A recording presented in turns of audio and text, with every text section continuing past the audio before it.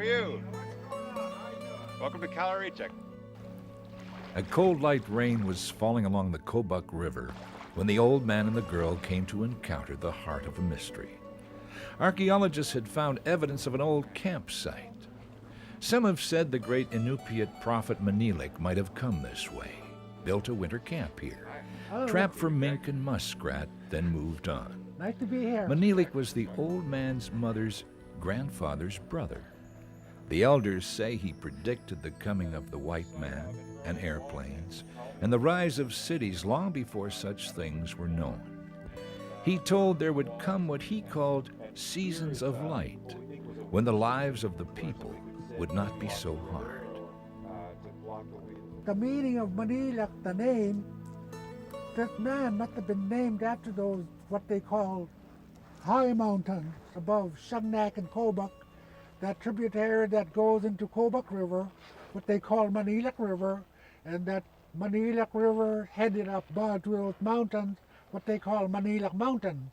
It could be they named him from the mountains and the river itself, Maniilaq.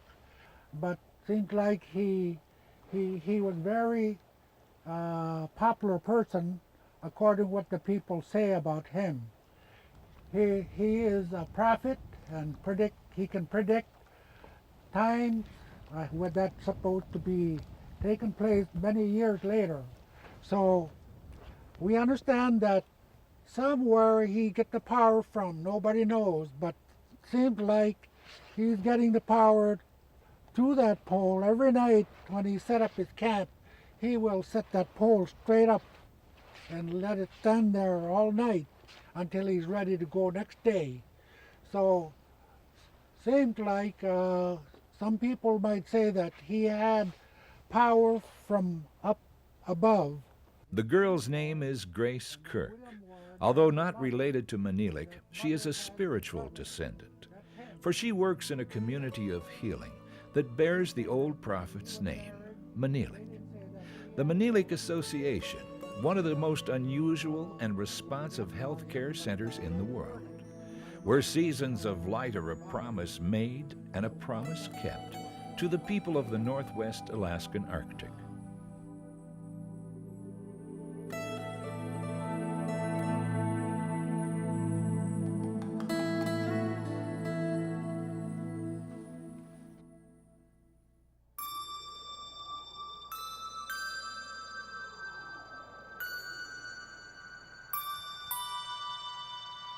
Grace Kirk was born in Kotzebue, Alaska.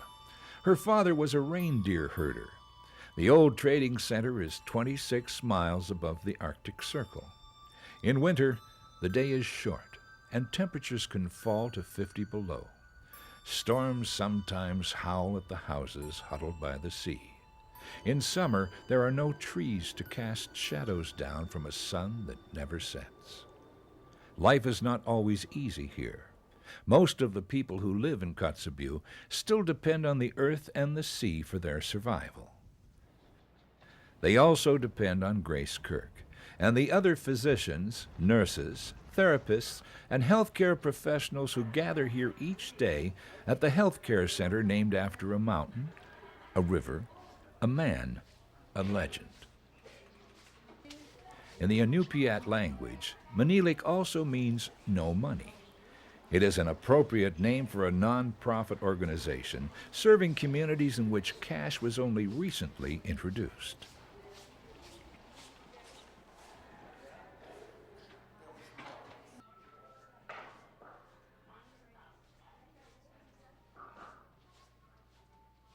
The things that make this challenging medical practice is that you see everything. It's really, truly cradle-to-grave coverage. We do emergency room, we do obstetrics, and the babies come out, and sometimes they're term, sometimes they're preterm, sometimes they're in trouble. We've got pediatrics, we've got trauma, gunshot wounds, motor vehicle accidents, the other classic things, heart attacks, all types of infectious diseases. If you're here, working here long enough, you pretty much get to treat just about everything that there is to treat. Up here, the patient is yours, and you really do get to see and do it all. Are you smiling under there again? One of the challenges is being up here by yourself, not having any specialists around that you tend to use down there in the lower 48 or in the urban center. So you rely a lot on your personal skills, your communication skills, your diagnostic skills.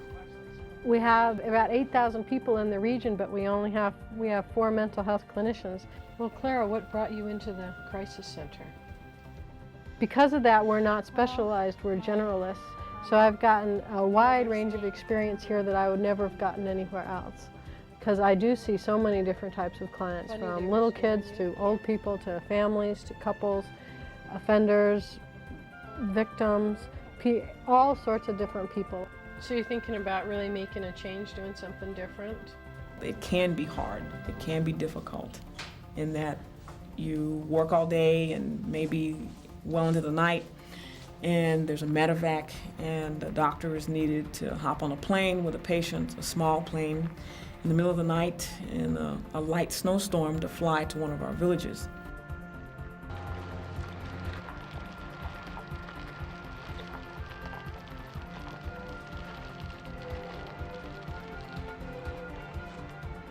What's wrong with Kaylin today? The main attraction to the practice up here is just the idea of what family practice is all about is to provide continuity of care on all levels. Sort of like your old-style hometown physician who knows everybody in town and knows the family through many generations. Listen to this teddy bear first. Listen to this teddy bear. Listen up here. Okay. I went through training with a lot of skills that I really did not want to lose. And I knew that I would lose those skills if I practiced in a big city. I like the fact that I can get to know my patients, that I have the time to spend with them, delivering all facets of their care. The nurses here draw their own blood. We do our own EKGs. We do our own chest physical therapy. Whatever it is has to be done for the patient, we do it because we don't have all the ancillary services. I would like to think that nurses who leave Kotzebue are nurses who could work anywhere. You're pretty smart. When you have 6 dogs and you work at the hospital, you're an automatic mark.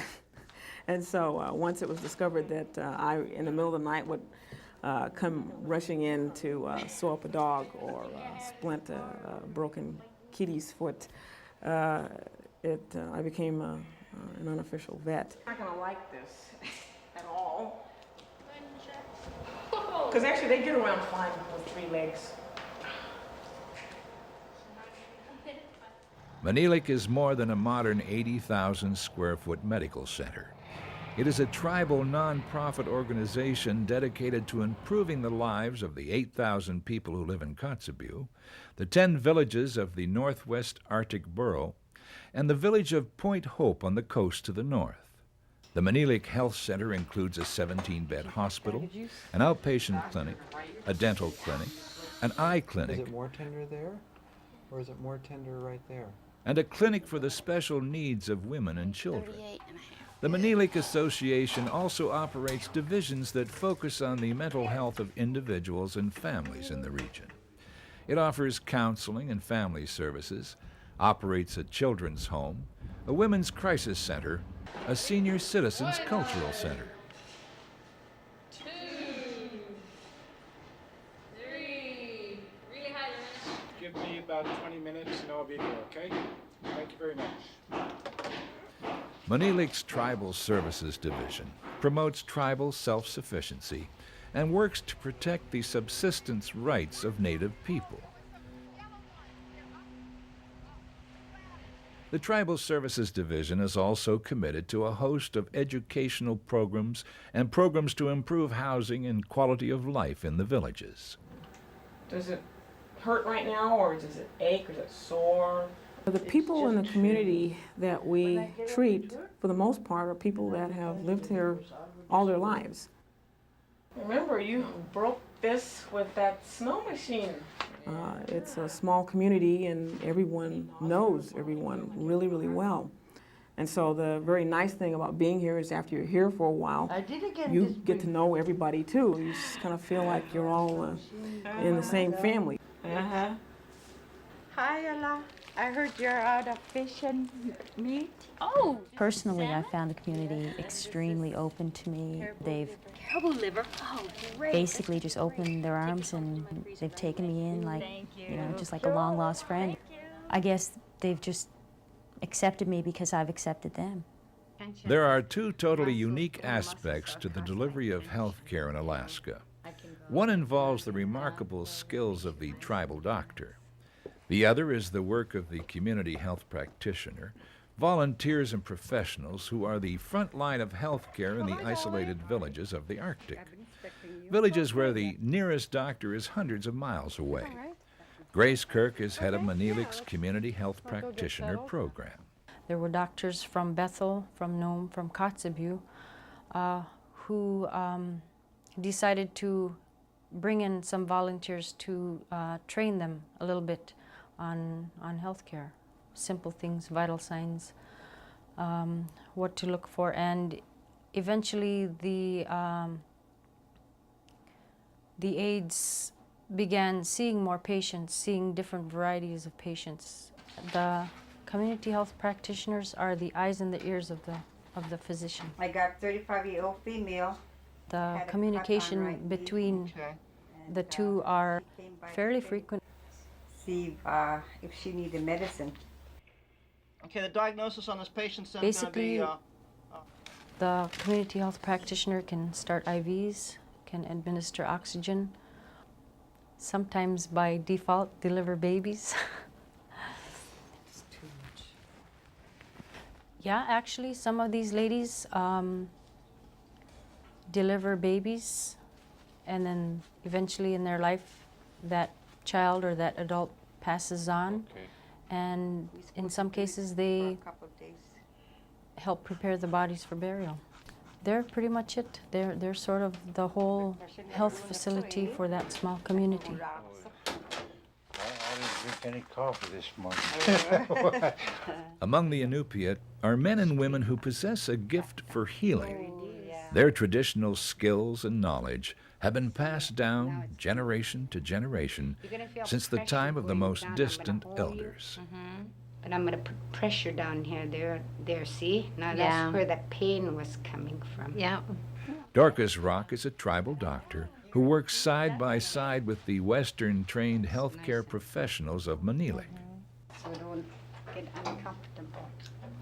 Years ago, about 20 years ago, the tribal doctor from Salwick, he traveled with a snow go and stayed with me, and he always showed me how to work, because she said he getting old, he might not come later days. So I tried to learn from him, Andrew Skin. The tribal doctor comes into our outpatient department. He has a little office set up. He works 8 to 5, same as our doctors. Like this, but you don't have to leave it right here. The tribal doctors here have been here as long as the folks have been here. They have been a real important part of their culture and still are. We refer patients to each other. They know a lot about blood flow and circulation and the movement of fluids in the body and the tissues. And they also are aware of energy fields. They're able to do some amazing things. The people of the Maniilaq Association are responsible for the health care of some of the most isolated communities in the world. There are no roads to these patients. In summer, some of the villages can be reached along the rivers. In winter, by dog sled or snowmobile. But generally, transportation is by air, and depending on the weather, sometimes that's not even possible. Flying from village to village, I've had lots of very exciting plane rides and some scary plane rides. I take some survival type gear, especially in the winter. I'll bring stuff like hand warmers. I bring a little something to like start a fire if I had to. Always bring extra gloves, extra clothes in general, warm clothes. I can't have too many clothes. It does get cold up here, especially when that wind is blowing. I'll tell you what, I got to tell you, I got frostbite on my butt when I came up here. I was wearing a short jacket, and I was only going to the store, for heaven's sakes.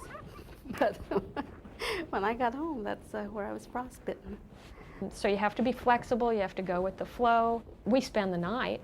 Obviously, there's very, very few hotels in Kayana or Kivalina or, Deering, which has about 160 people, so where do you stay?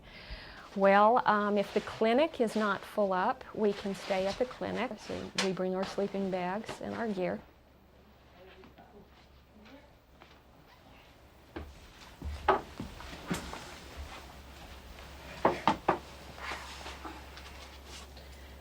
So I remember last month when I came here, we were really concerned about that one fellow that lives down the street there. Yes, that he seemed like he was drinking more than usual and perhaps might even be thinking of hurting himself. Do you think I should still go check up on him again?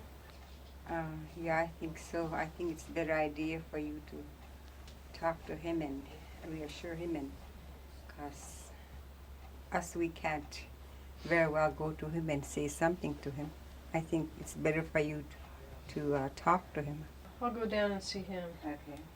Yeah. Oh, also there was a few kids that the school was concerned about. They weren't coming to school. They were coming in late, and their school work had really fallen off.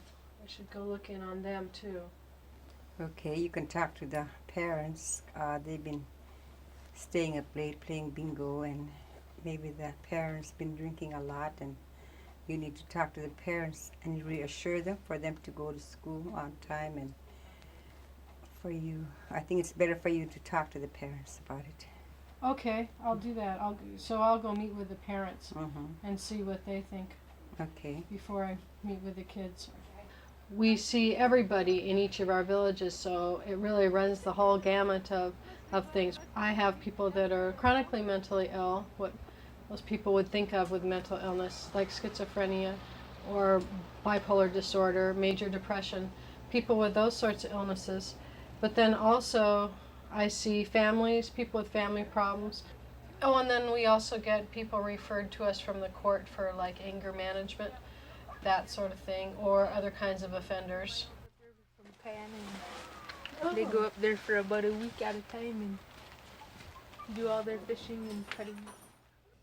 Right, and this one needs The healthcare professionals who have come from throughout America to this land have chosen a path few would travel. By becoming a part of the life of the community, they also share both the simplicity of its lifestyle and its hardships. Handmade. I've never seen one in a store, so everybody has to make their own, that goes into their own hand. And this part on this one is a shotgun barrel. This one's pipe. If you skin this whole thing for me, I'll give you $1. Oh, okay, sure. Great. Or you could go out on the ice and sit on it after it's done. And oh yeah, for hooking out there. Yeah. And if you do a good job, that's how you attract men. Oh, right. I knew it was going to be cold. I knew it was going to be isolated. It was kind of what I was looking for in a job. I wanted a job that was different, that took me away from the daily routine of what I had been doing before. I wanted to come in and see a different culture.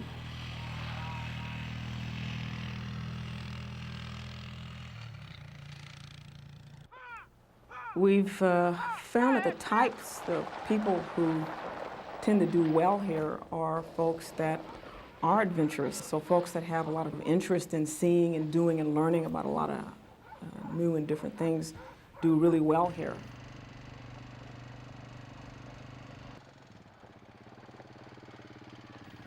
You learn a lot about yourself and how you cope with stress and how you cope with the isolation. You learn about a different culture and what are important to them. And you learn about, different ways of life. The otter softer. I got into a skin sewing class. They gave us a list of elders in the region, and I picked Clara Lee in Ambler. I certainly loved her from the minute I met her. She does her baskets. In summer, when sunshine. She does her sewing, she does her beading while I'm there. And what I've learned is that that is how she is teaching me. It's soft when it's rain. All the barks always be soft when it's rain. I like to work on when it's rain. When it's sunshine, dry, it's dry. It's real hard for hands too. So wait for rainy days then. Yeah, the weather, no, this kind of bark. I came up here to Kotzebue for the adventure. And you really can't get a lot of adventure if you're staying inside your house a lot of the time. And I think what a lot of people don't realize is there is really a whole lot to do here. There we go. Is it call them?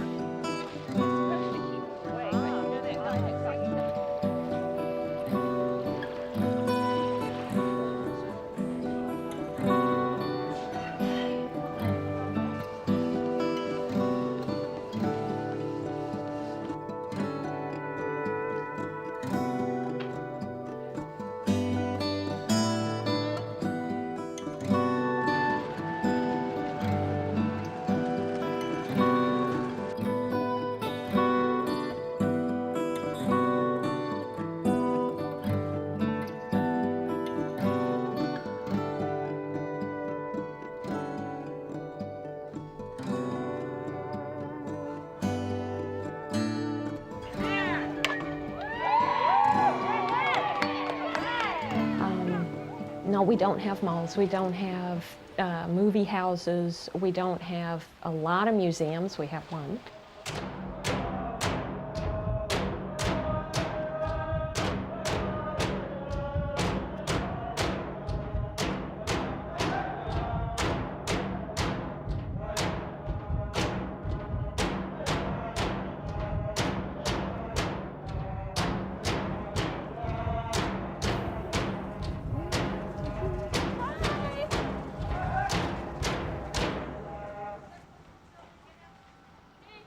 Life in Kotzebue moves to fundamental cadences. Life is simple. Although food is plentiful and the 2 stores carry all the basic needs of life, there are few frills and little opportunity for extravagance.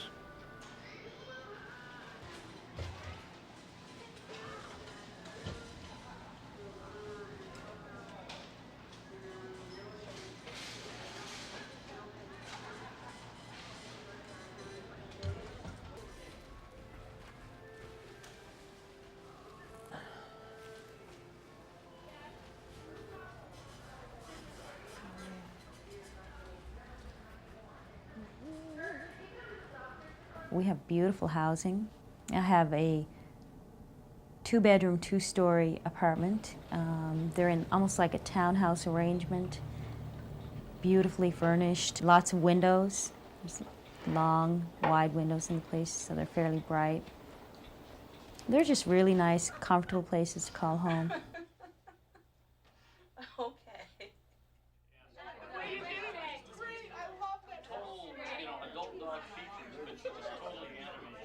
As far as like social things, I have some friends and we'll do things like get together and have potluck dinners. I want pink. We just kind of have, a little get together. Okay, I'm gonna make this. Why don't you bring some salad? Why don't you bring some bread? Correct you are. Hey, good. I was excluding Alaska and I live here. I was thinking of all the mountains down there.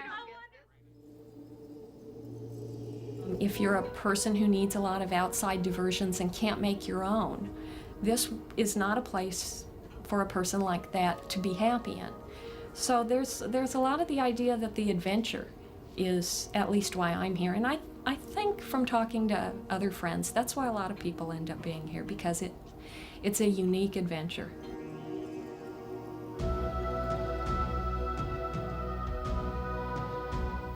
Just picking up a hobby of photography. And there's a lot of natural beauty around here. There's sometimes it can be up to hundreds and thousands of caribou migrating through. And just seeing, those caribous crossing across this big old vast land and in the tundra is an amazing sight.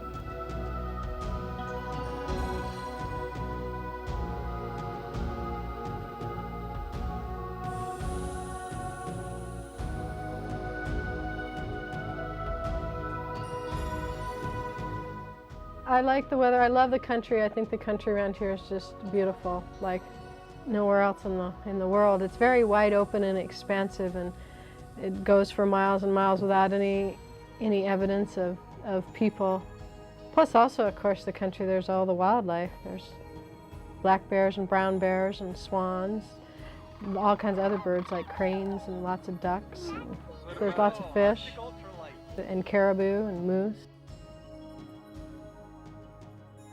Ever since Jack London wrote about this land, it has been a magnet for those who wish to experience life completely and with abandon. In both summer and winter, the sea, the rivers, the vast reaches of the Arctic wilderness are a stage for unparalleled adventure. Some of these adventures are small and still, almost holy, like picking blueberries on the tundra beyond Cemetery Hill. Others are big and bold as Alaska itself, adventures brimming with daring and delight.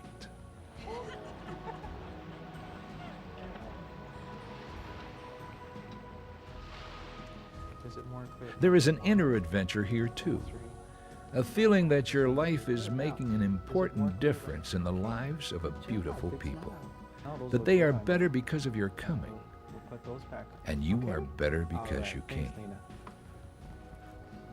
We need nurses, we need doctors who really care, who would like to make a difference here. I think this is an amazing place to live and an amazing place to work, mainly because of the people I've gotten to meet here. It's important to realize that it takes a while to get to know people. It takes a while for people to accept you and want to include you in their lives. And I think it's important to make something of a commitment to stay for a while, at least a few years, so that you can really make a difference and really contribute. Once, long ago, the prophet Maniilaq came walking out of the wilderness beyond the Kobuk River and into the lives of the people. He told them life could be better, and there would one day be seasons of light in the lands of the Inupiat. Over the years, others came to kindle the bright promise Maniilaq made. Now it is your turn to carry that light into the heart of the villages of the Arctic, and into the village of the Spirit where your own heart dwells.